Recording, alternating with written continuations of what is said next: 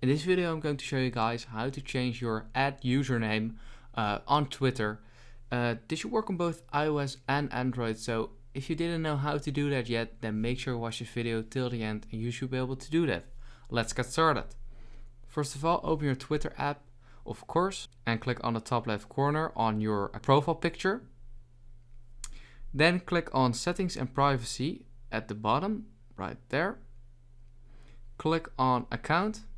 And here it says username, and it says Ryan09844923. Just where it says new username, fill in your new username, and it says, are you sure you want to change your username? Just click on continue. And I'm just gonna do something like Ryan Royn 2 or something like that. Then just click on done.